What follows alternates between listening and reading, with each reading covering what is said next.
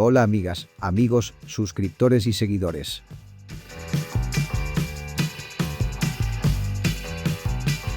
Como alguna vez os he comentado en los vídeos, podéis hacerme consultas en los comentarios o contactarme en el correo cocinadejoseguidus@gmx.es.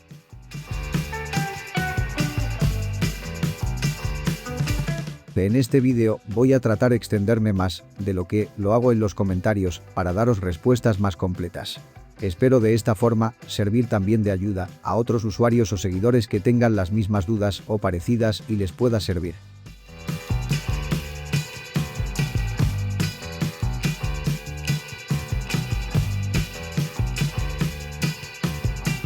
Pero, para que la ayuda sea recíproca, os pido que, si no lo habéis hecho, os suscribáis para así ayudar al canal.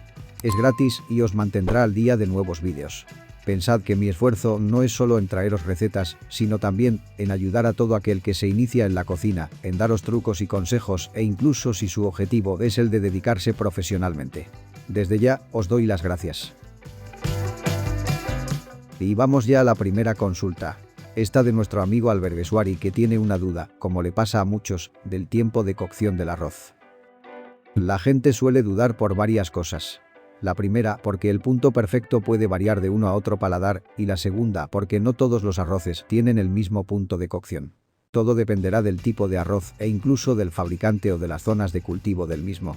Los tiempos que se dan en cocina para la cocción del arroz son en general y suelen ser entre 15 a 18 minutos y dependiendo también si se le va a dejar reposar.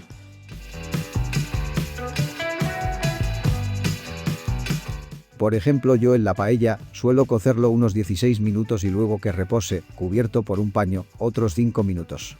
Eso suele funcionar en arroces de grano redondo. En algunos de grano largo tipo basmati se puede acortar 2 o 3 minutos. Para los arroces integrales o silvestres, el tiempo suele ser el doble. Teniendo en cuenta esos datos, lo mejor es utilizar siempre la misma marca y probar hasta conseguir el punto de cocción que nos gusta.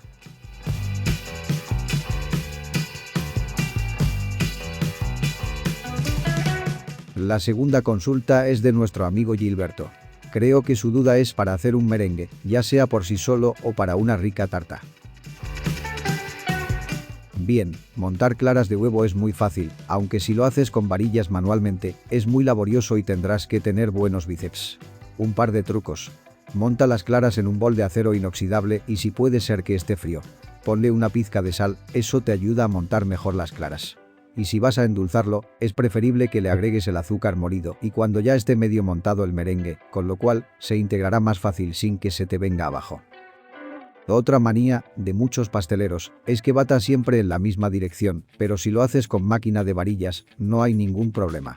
Aunque lo veas ya montado, insiste siempre un poco más, con lo que el merengue adquirirá aún más consistencia. La siguiente duda, de nuestro amigo José Manuel, es sobre qué decirle a una amiga que es reacia a mezclar sabores contrapuestos. Es decir, dulce y salado como en nuestro vídeo de calamares con salsa de chocolate. Mi consejo es que le digas a tu amiga que piense en por qué se le echa sal a la carne, por ejemplo. La carne suele ser más bien dulce, pero la hacemos más sabrosa añadiéndole algo de sal. Todo aquello que sea un contraste ayuda a potenciar el sabor del contrario. Uno de mis próximos vídeos en este canal va a ser una especie de taller de sabores. Para explicar a quien esté interesado que eso de combinar sabores contrapuestos no es nada de la nueva cocina vanguardista, sino que se lleva haciendo casi desde la prehistoria.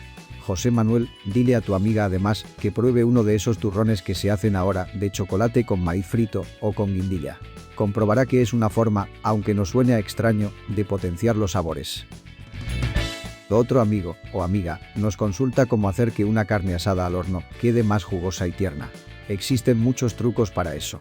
Dependerá de la receta que deseas hacer, del tipo de carne, del grosor de la pieza, etc. Pero también se podrían combinar varias técnicas en una misma sesión, lo que incrementaría las posibilidades de obtener un resultado inmejorable. Comenzaremos por decir que una de las técnicas más fáciles para que no se nos reseque la carne en el horno es acompañarla con verduras. Estas proporcionan algo de humedad y eso ayudará a mantener la carne más jugosa. Si no vamos a utilizar verduras en nuestro plato, podemos poner dentro del horno una pequeña cazuelita o recipiente con agua. Con el calor del horno, soltará vapor y nos mantendrá hidratada la pieza de carne. Otra posible opción sería que si asamos nuestra carne en una rustidera algo honda, la acompañemos de caldo, vino, licor o simplemente agua. La cuestión en sí es mantener humedad dentro del horno. A veces hay que analizar el por qué se nos reseca la carne. El principal fallo es que, a veces, nos pasamos en el tiempo de cocción, lo que hará que se reseque la carne y a la vez quede más dura. La mejor forma de hornear una pieza, por ejemplo, de res, sería dorarla un poco en sartén para sellar los poros y después hornear a poca temperatura durante más tiempo. Es decir, que lo que vamos a conseguir es que por un lado, al sellarla, se conserve más la humedad en su interior y por otro lado a menor temperatura y más tiempo, estamos consiguiendo que se deshaga parte de su grasa.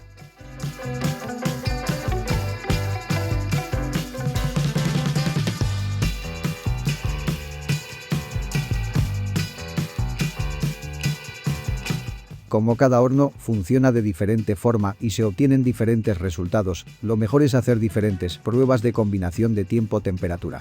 Una opción es disponer de un termómetro de cocina con el que se puede mirar la temperatura del centro de la pieza.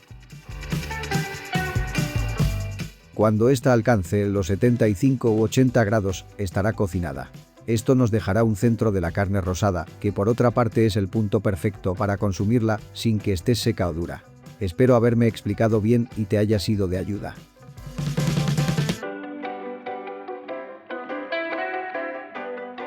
Nos preguntan, como final, la forma de espesar una salsa. Existen casi tantas técnicas como tipos de salsas. Pero vamos a explicar cómo se pueden espesar. La primera forma, y más sencilla, sería por evaporación. Pongo por ejemplo la crema balsámica, que no es más que un vinagre de Módena, el cual se ha puesto al calor del fuego y se ha dejado evaporar, con lo que se consigue reducir y espesar por efecto de la evaporación. Esa técnica se suele utilizar mucho en salsas en carnes que se han hecho con vino, como podría ser un rabo de toro.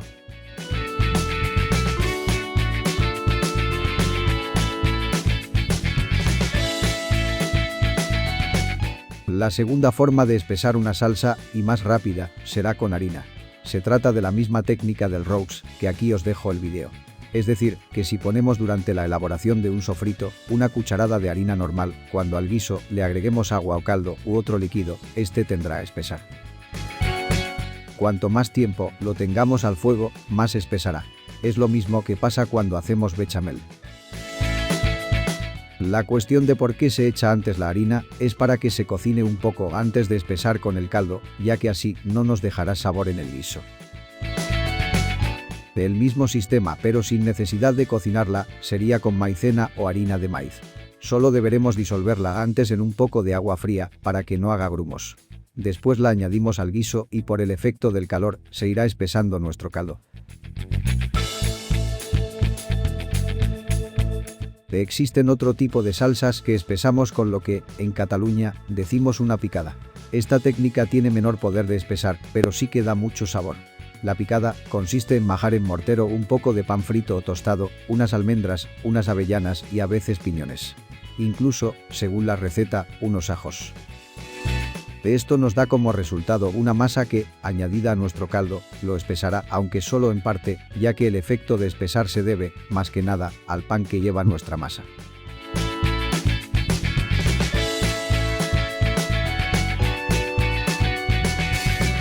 Y aunque existe otras técnicas para espesar una salsa, te pondré como último espesar con gelatina. Pero no una cualquiera, sino que para según qué salsas, usaría agar-agar. Este se usa como espesante en salsas, mermeladas y otros productos además de gelatinizante.